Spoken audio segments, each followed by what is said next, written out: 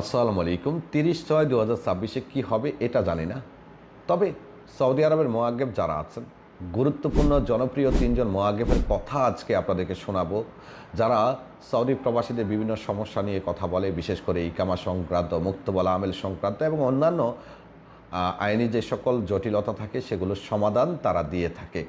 আপনি যেমনটা কোনো সমস্যায় পড়লে আমাদের নিকট আসেন অথবা অন্য কোনো মোয়াজ্জেবের নিকট যান, ঠিক সৌদি নাগরিকরাও সমস্যায় পড়লে এদের মতো যারা ব্রিলিয়ান্ট আছে তাদের সাহায্য নিয়ে থাকে। তো এরা কি বলছে 30/6/2026 নিয়ে, এটা একটু শুনবো, তারপরে আপনাদেরকে আরও কিছু গুরুত্বপূর্ণ তথ্য ভিডিও শেষে দিব। كلامك صحيح، بس هذه تعطي رسالة إلى صاحب العمل: جدد. لو ما جدد أنت ما لك ذنب. صحيح عندك شهرين إلى تاريخ 30/6 تنقل كفالتك، مع نقلت كفالتك. الرسائل اللي وصلت للمقيمين اللي رخص العمل تبعهم منتهية أكثر من 3 شهور، وصلت رسائل تنص على أنه يا تجدد رخصة العمل يا تنقل كفالة يا تغادر خروج نهائي. عندك مهلة لغاية تاريخ 30/6/2026.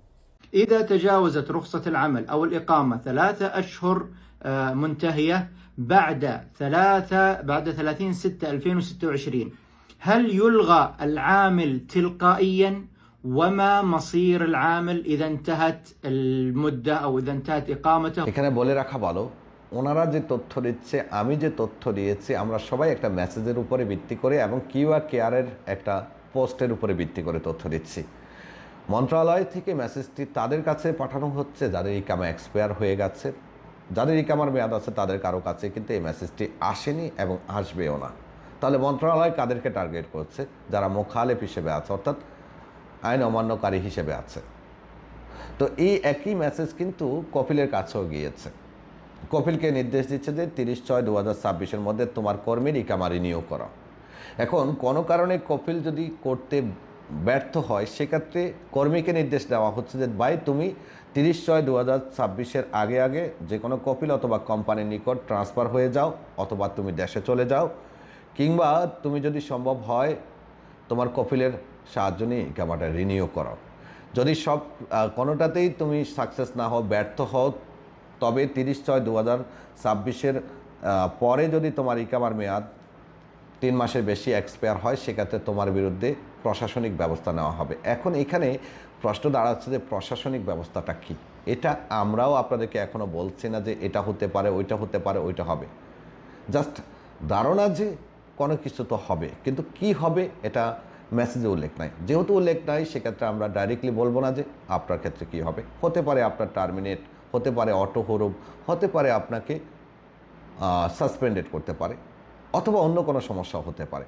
বাট এখানে যারা দ্বিমত পোষণ করেছেন তাদের উদ্দেশ্যে বলতে চাই, মন্ত্রণালয় থেকে যে মেসেজটা আসছে তার ভিত্তিতে তথ্য দেওয়া হয়েছে। একটা শব্দও কেউ ওনারাও দেয়নি অতিরিক্ত, আমিও দেয়নি অতিরিক্ত।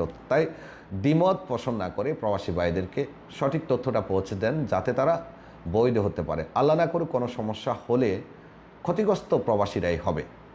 যাদের সামর্থ্য আছে, যাদের তৌফিক আছে, তারা বৈধ হওয়ার সুযোগ নেবে।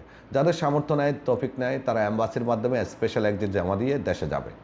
আর যারা একেবারে অপারগ হবে, তারা যেভাবে আছে সেভাবে থাকবে, তাদের কপালে যা আছে তাই হবে।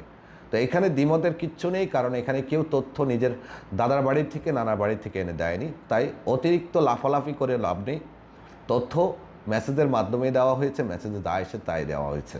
আর প্রমাণ অবশ্যই 30/6/2026 চলে আসবে। ধন্যবাদ সবাইকে। আল্লাহ হাফেজ।